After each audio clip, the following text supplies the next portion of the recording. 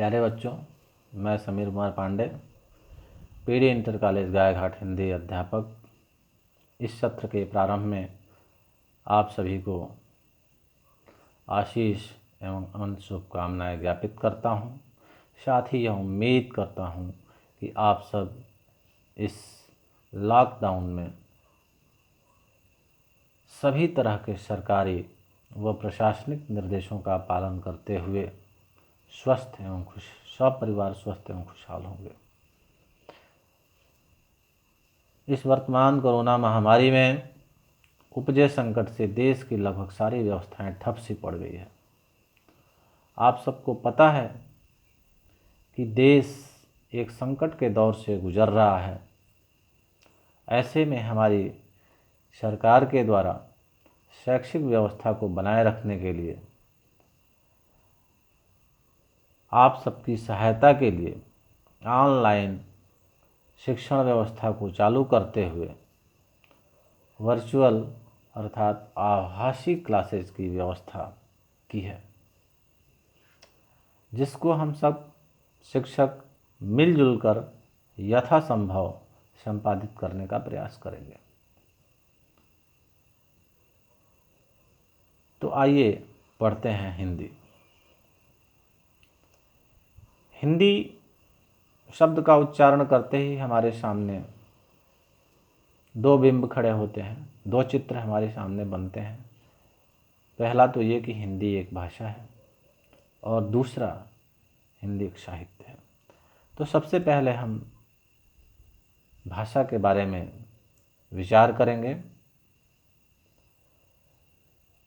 हम ये पूछ सकते हैं आपसे कि हिंदी क्या है।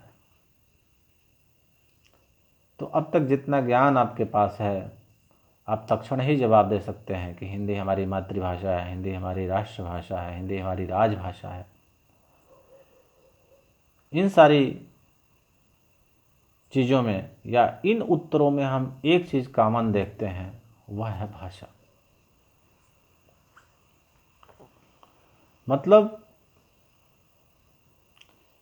हिंदी भाषा को जानने से पहले भाषा को जानना अत्यंत आवश्यक है। तो जैसा कि आप सबको पता है कि मनुष्य एक सामाजिक प्राणी है, वह समाज में रहता है, वह एक दूसरे से उसका संबंध होता है, एक दूसरे के बिना उसका काम नहीं चलता।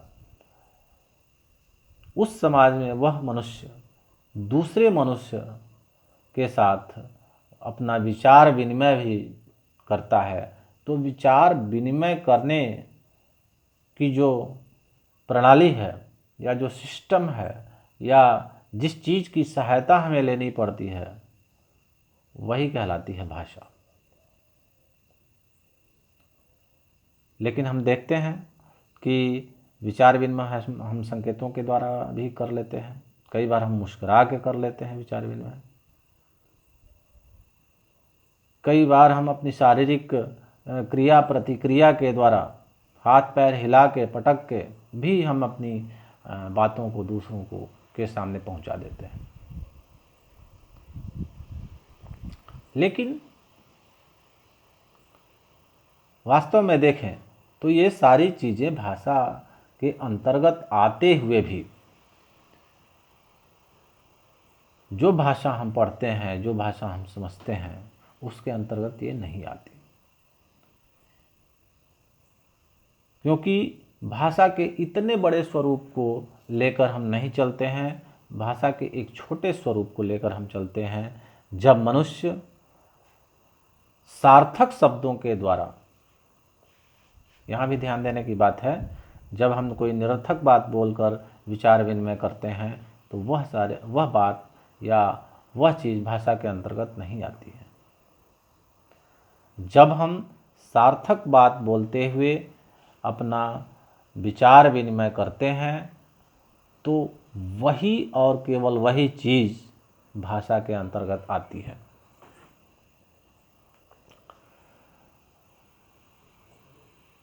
वैसे देखा जाए तो विचार विनिमय की प्रणाली केवल हमारे यहाँ ही नहीं है, तमाम देशों में है और हर देश की अलग अलग भाषाएं हैं। जैसे चीन में चाइनीज़, रूस में रशियन, इंग्लैंड में इंग्लिश, स्पेन में स्पेनिश, फ्रांस में फ्रेंच, और उसी तरह से हमारे यहाँ हिंदी भाषा भी बोली जाती है। हम भाषा के स्वरूप पर यदि विचार करें तो हम पाते हैं कि भाषा भाष धातु से बनी है। भाष का अर्थ होता है व्यक्त करना अर्थात बोलना, अर्थात जब हम ध्वनि के माध्यम से, शब्द के माध्यम से, वाक्य के माध्यम से अपना विचार बोलकर दूसरों को पहुंचाते हैं या दूसरों से विनिमय करते हैं, तो वही चीज़ भाषा के अंतर्गत आती है। वैसे देखा जाए तो भाषा की प्रकृति बहुत ही चंचल होती है। नदी का जल प्रवाह आपने देखा होगा किस तरह से छल छल छल करके बहता है, उसमें अनेक तरंगे उठती हैं, वह कभी उठता है, गिरता है, और इस तरह से लगातार प्रवाहशील है वह, हम कभी उसको रोक नहीं सकते हैं। ठीक उसी तरह से भाषा होती है, और वह अपनी गतिशीलता स्वच्छंद रूप से जारी रखे हुए है। फिर भी कभी कभी व्याकरणविदों ने या बड़े बड़े विद्वानों ने भाषा को बांधने का प्रयास किया, उसकी गतिशीलता को रोकने का प्रयास किया, तो कुछ समय पश्चात वह भाषा मृतप्राय हो जाती है और फिर दूसरी भाषा का जन्म होता है। आगे हम आपको बताएंगे कि किस तरह से भाषा का विकास क्रम हुआ, भाषा पहले कैसे संस्कृत भाषा थी और उसके बाद किस तरह से वह हिंदी भाषा के रूप में परिणित हुई। इसके बारे में भी हम अगले दिन कल हम आपको निश्चित रूप से बताएंगे, परंतु आज इस संदर्भ को यहीं पे छोड़ते हैं और हम यह देखते हैं कि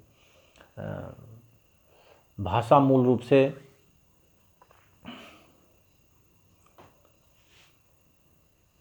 जो उसका भाषा का जो रूप है वह मूलतः 3 रूपों में हमारे यहाँ विद्यमान है।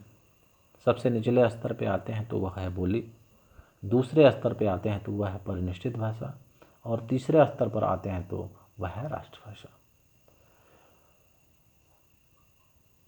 तो सर्वप्रथम हम बोली पर विचार करेंगे। बोली क्या है? तो जो भी हम अपने घरों में, अपने गाँव में, अपने आसपास के क्षेत्रों में जिस भाषा के द्वारा विचार विनिमय करते हैं, जिस भाषा के द्वारा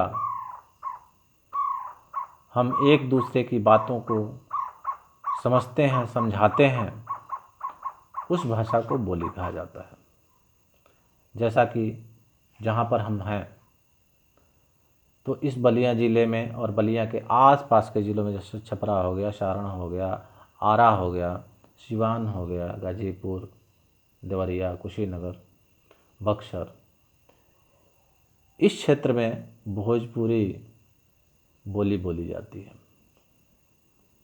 और ऐसे ही तमाम हिंदी के क्षेत्र में, या ये कह लें कि पूरे देश में करीब 6000 बोलियां बोली जाती हैं। भाषा की यह एक सबसे छोटी इकाई है, परंतु इसी बोली में कोई कोई बोली थोड़ी सी महत्वपूर्ण हो जाती है और उसमें साहित्य लेखन प्रचुर मात्रा में होने लगता है, तब वही बोली परिनिष्ठित भाषा के रूप में परिणित हो जाती है, जो भाषा का दूसरा स्वरूप है। जैसा कि आप कौरवी को ले सकते हैं, कौरवी या खड़ी बोली को। कौरवी या खड़ी बोली मूल रूप से सहारनपुर, मुजफ्फरनगर, मेरठ, देहरादून का मैदानी भाग, बिजनौर, इन क्षेत्रों में बोली जाती थी। वह भी ठीक भोजपुरी के जैसे ही एक बोली थी, परंतु धीरे धीरे उसमें साहित्य का प्रचुर मात्रा में लेखन प्रारंभ हो गया और वह एक बड़े स्वरूप को ग्रहण करती गई। धीरे धीरे वह हिंदी क्षेत्र में बहुत सारी जगहों पर बोली समझी जाने लगी। हिंदी के अनेक क्षेत्रों में, जैसे उत्तर प्रदेश, दिल्ली, हरियाणा, पंजाब, बिहार, मध्य प्रदेश, छत्तीसगढ़, उत्तरांचल, इन तमाम क्षेत्रों में, राजस्थान, इन तमाम क्षेत्रों में खड़ी बोली का प्रयोग होने लगा। तो इस तरह से खड़ी बोली परिनिष्ठित भाषा का रूप ग्रहण कर ली, जो भाषा का दूसरा स्वरूप है। भाषा का तीसरा स्वरूप भी आता है, वह कहलाता है राष्ट्रभाषा। वह कहलाती है क्या? राष्ट्रभाषा। तो राष्ट्रभाषा के रूप में उसे हम तब मान्यता प्रदान करते हैं जब वही परिनिष्ठित भाषा एक दिन आगे चलकर पूरे देश की मान्य भाषा बन जाती है, या पूरे देश को लोग उसको मान्यता प्रदान कर देते हैं, तो वही राष्ट्रभाषा कहलाती है। जैसा कि हिंदी खड़ी बोली के को ही हम देख सकते हैं, तो इसको हमने राष्ट्रभाषा का गौरव प्रदान करने का भरपूर प्रयास किया है। हालांकि वह अभी पूरी तरह से सक्षम नहीं हो पाई है, वह हर जगह मान्यता प्राप्त नहीं कर पाई है, लेकिन हमें उम्मीद है कि एक न एक दिन यह हिंदी हमारी राष्ट्रभाषा के रूप में परिणित हो जाएगी और सबकी सर्वमान्य एक तरह से भाषा बन जाएगी। तो अभी तक जितना हमने पढ़ा वह यह देखा कि भाषा वह साधन है जिसके माध्यम से हम सोचते हैं और अपने विचारों को व्यक्त करते हैं। यही हमने पढ़ा।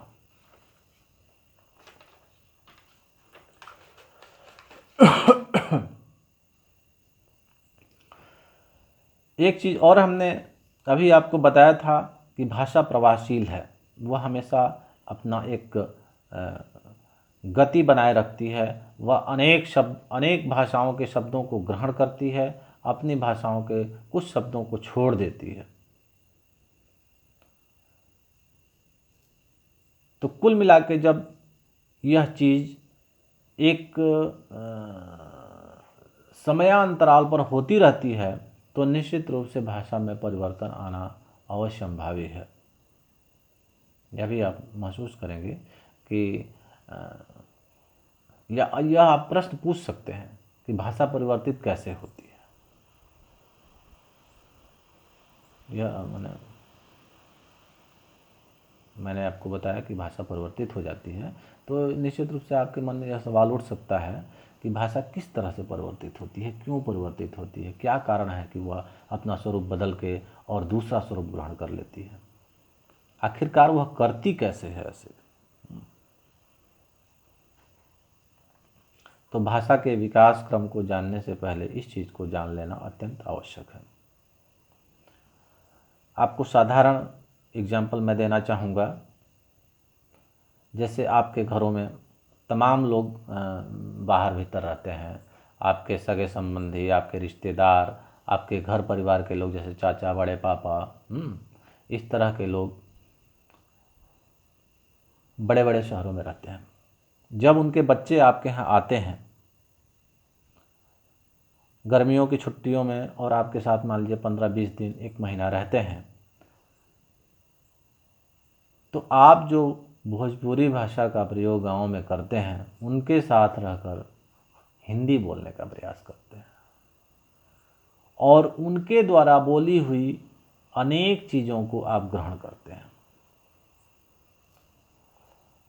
आप जो भोजपुरी बोलते हैं, उन भोजपुरी शब्दों को वो लोग सीख के जाते हैं। तो ये जो भाषा का जो एक आदान प्रदान है, एक जो माध्यम है, यह भी भाषा के बदलाव में एक कारण बनता है। दूसरा कारण एक और समझना होगा। जैसे मान लीजिए आप सब यहाँ भोजपुरी क्षेत्र में शिक्षा ग्रहण कर रहे हैं, 10वीं 12वीं ग्रेजुएशन करके आप कहीं बाहर निकल जाते हैं और फिर बड़े लेखक बन जाते हैं। तो जब आप लेखक बनते हैं तो निश्चित रूप से जिस माटी का लेखक होता है वह अपनी माटी के शब्दों को, उसके मुहावरों को, उसके जीवन को अपनी पुस्तक में रचता है। और कितना भी बड़ा विद्वान हिंदी साहित्य का बन जाए, लेकिन यदि भोजपुरी क्षेत्र का है तो उसके साहित्य में भोजपुरी शब्दों की निश्चित रूप से भरमार रहेगी।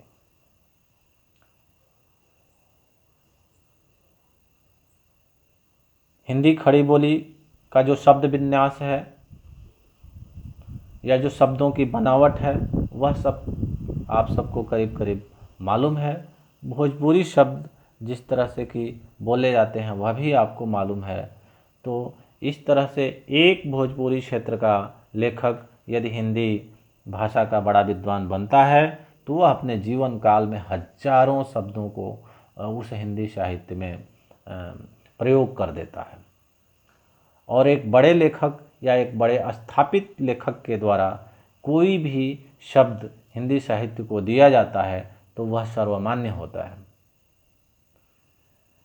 तो इस तरह से देखते हैं कि जब एक लेखक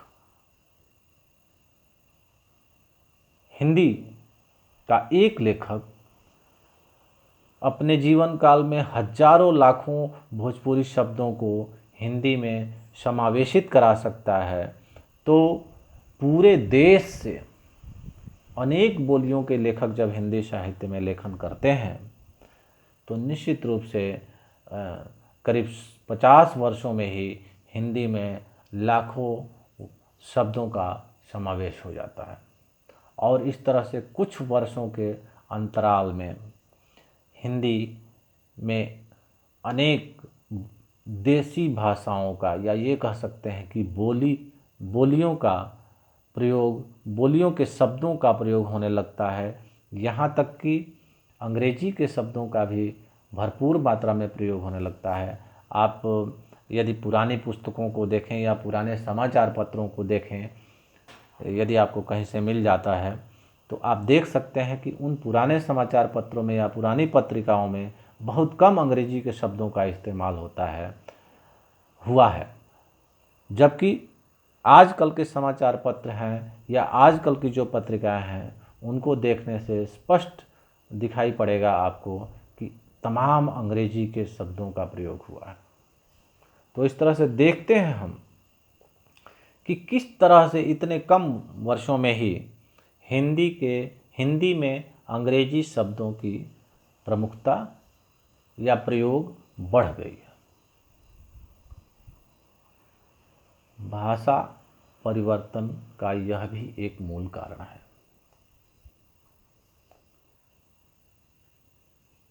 और इसी परिवर्तन के कारण हिंदी भाषा का जन्म हुआ है। सबसे प्राचीन भाषा का जब हम उल्लेख करें तो यह देखते हैं कि हिंदी के पहले जो हमें ज्ञात है जो भाषा, तो सबसे प्राचीन भाषा वह है संस्कृत भाषा। उसके बाद आती है लौकिक संस्कृत, उसके बाद आती है पाली भाषा, फिर प्राकृत भाषा और फिर अपभ्रंश भाषा और उसके पश्चात हिंदी भाषा का उदय होता है। तो यह एक विकास क्रम है जिसको मैं कल आपको बताने का प्रयास करूंगा। और हालांकि भाषा का विकास क्रम मैं बहुत ज़्यादा डिटेल में पढ़ाना नहीं चाहता हूँ।